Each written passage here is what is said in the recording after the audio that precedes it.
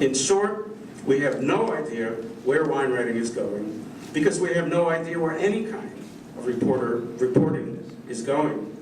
The New York Times has no idea. Rupert Murdoch has no idea. And if they don't know, I sure as hell don't. It's inconceivable to me, though, that when it comes to wine, the public won't demand the advice of a relatively small cadre of critics, same as they always have. Whether these critics are in print or online may be irrelevant.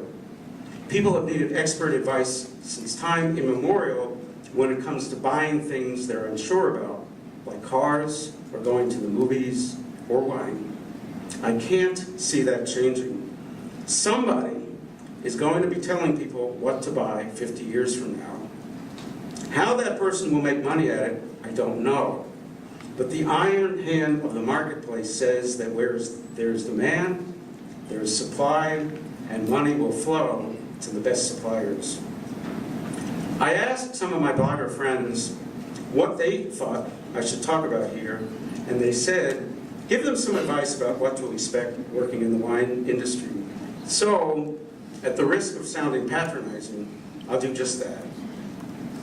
First of all, as I said earlier, you are an opinion shaper, a gatekeeper, a tastemaker, which makes you a very important person.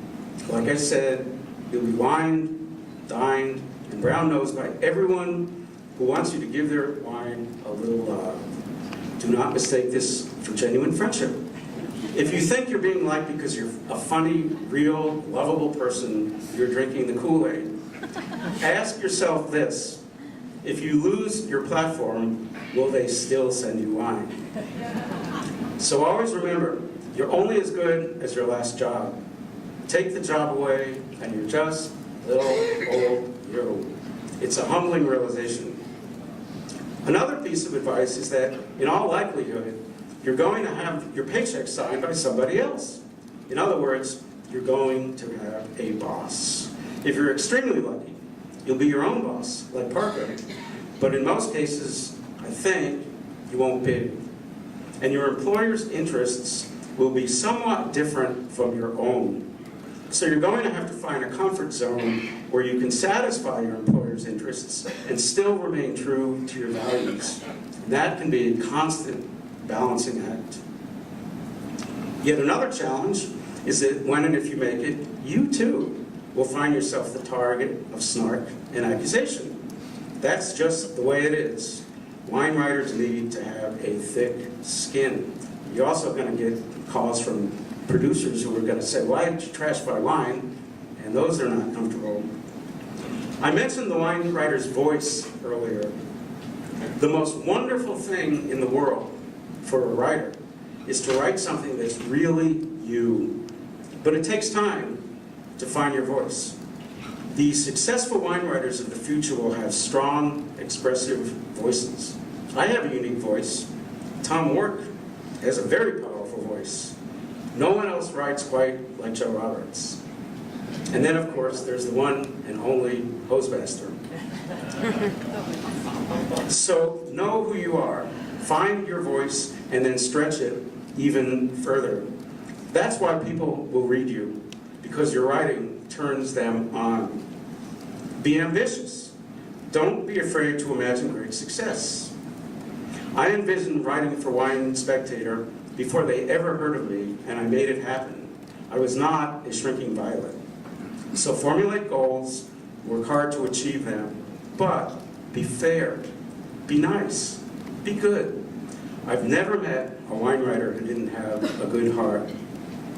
And finally, I hope that wine writers of the future will continue to feel, as wine writers of the past have, that they are part of a continuing noble tradition, extending back through Harry Waugh and Michael Broadbent and Professor Sainsbury and Thomas Jefferson and Pliny the Elder to who knows who the first person was to opine about wine. And just because wine writing is moving digital does not remove you from upholding that tradition.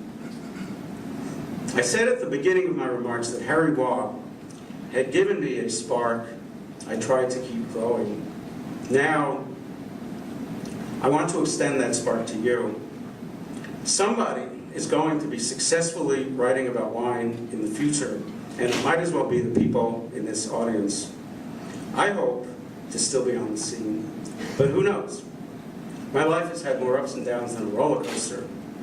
I made it through the 60s, alive. I lived in a hippie commune. I made it through AIDS, alive. I did stand-up comedy in San Francisco. I got my black belt in karate. I directed a college career center, got fired, reinvented myself at the age of 40 as a wine writer, and then I started SteveHeimoff.com. If I could pull all those rabbits out of a rather small hat, anyone can. So let me conclude by thanking my hosts here at the conference, and thank you, audience, for listening to me.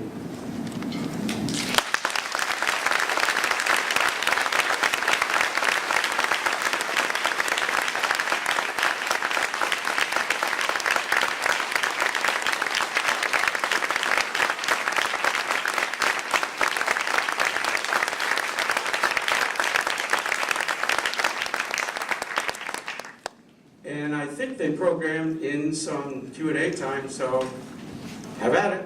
Anyone? Otherwise, I'll do a little stand-up. How much wine do you buy? How much wine do I buy? Taste, yeah. Taste or buy, those are two really different things. Blog about.